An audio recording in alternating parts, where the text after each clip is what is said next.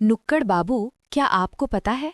शिव की ज्योति एक स्तंभ बनकर प्रकट हुई थी और 12 ज्योतिर्लिंगों में बंटकर भारत की धरती पर फैल गई। चलिए जानते हैं कैसे। चलिए आज चलते हैं समय के भी पहले की एक दुनिया में। ये कहानी है ब्रह्मांड के दो सबसे शक्तिशाली देवों की और उनके बीच हुए एक ऐसे महासंग्राम की जो असल में अहंकार और सत्य के बीच लड़ी गई थी। हम सब ने ज्योतिर्लिंगों के बारे में तो सुना ही है, लेकिन ये सवाल कभी मन में आया है कि भारत में तो शिव के हजारों मंदिर हैं। फिर ऐसा क्या खास है कि सिर्फ 12 को ही ज्योतिर्लिंग का दर्जा मिला है?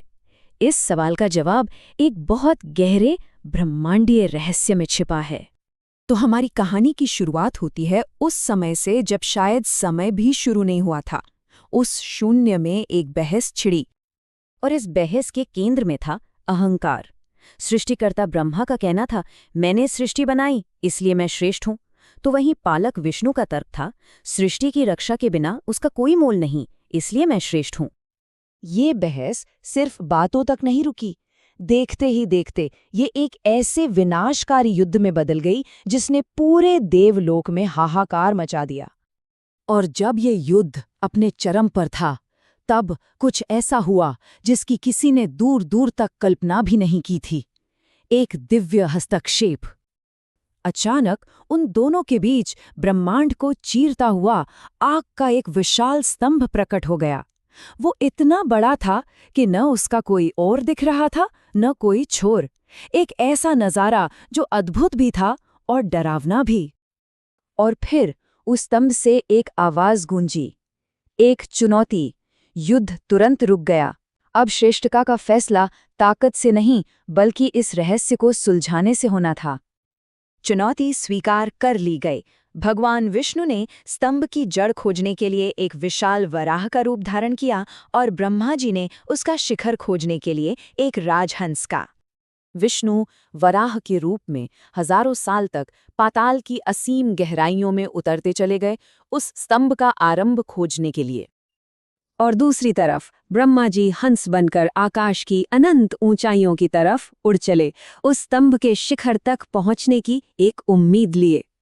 युग बीत गए, दोनों देव अपनी खोज में लगे रहे, लेकिन इस खोज का जो अंत हुआ वो दो बिल्कुल अलग अलग रास्तों पर हुआ।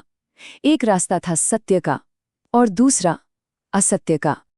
सबसे पहले लौटे भगवान विष्णु। उन्होंने पूरी विनम्रता से अपना सिर झुकाया और अपनी हार मान ली। उन्होंने कहा, मैं विफल रहा, मैं इसका अंत नहीं खोज सका। उन्होंने सत्य का रास्ता चुना, भले ही उसमें उनकी हार थी।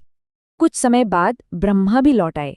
सच तो ये था कि वो भी स्तंभ का शिखर नहीं ढूंढ पाए थे, लेकिन उनका अहंकार, उनका ईगो सच को स्वीकार करने के लिए तैयार नहीं था।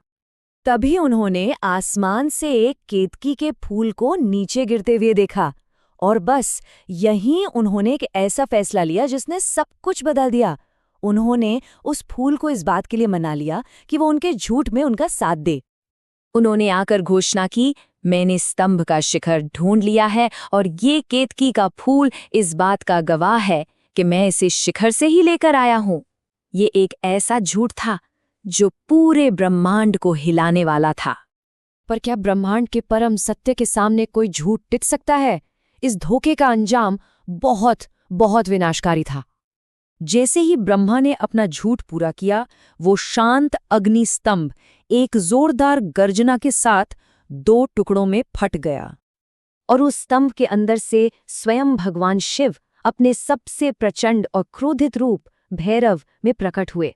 उनका क्रोध ब्रह्मा के हारने पर नहीं था, शिव का क्रोध था ब्रह्मा के झूठ पर।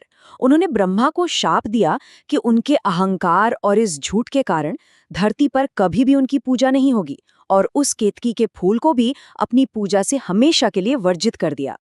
नतीजा बिल्कुल साफ था, ब्रह्मा ने झूठ चुना और उन्हें मिला शाप। विष्णु ने हार में भी सच को चुना और उन्हें मिला शिव के बराबर पूजे जाने का आशीर्वाद। तो इस पूरे ब्रह्मांडीय नाटक के बाद उस अग्निस्तंभ का क्या हुआ? वो एक अमर प्रतीक बन गया। महादेव के शांत होने पर वो अनंत ज्योति स्तंभ ठंडा होकर पृथ्वी पर 12 जगहों पर प्रकाश के लिंगों के रूप में स्थापित हो गया। और यही आज दुनिया के 12 ज्योतिर्लिंग हैं। ये कहानी हमें एक शाश्वत सत्य सिखाती है कि एक ऐसी जीत जो झूठ की बुनियाद पर टिकी हो, वो असल में एक हार से भी बदतर है।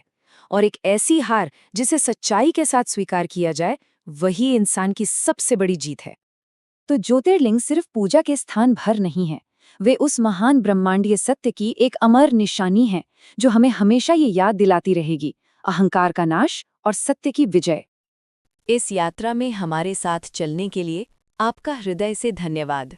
अगली कड़ी में हम पहुंचेंगे श्री सोमनाथ ज्योतिर्लिंग, जहां से ये ज्योतिर्लिंग यात्रा आगे बढ़ती है।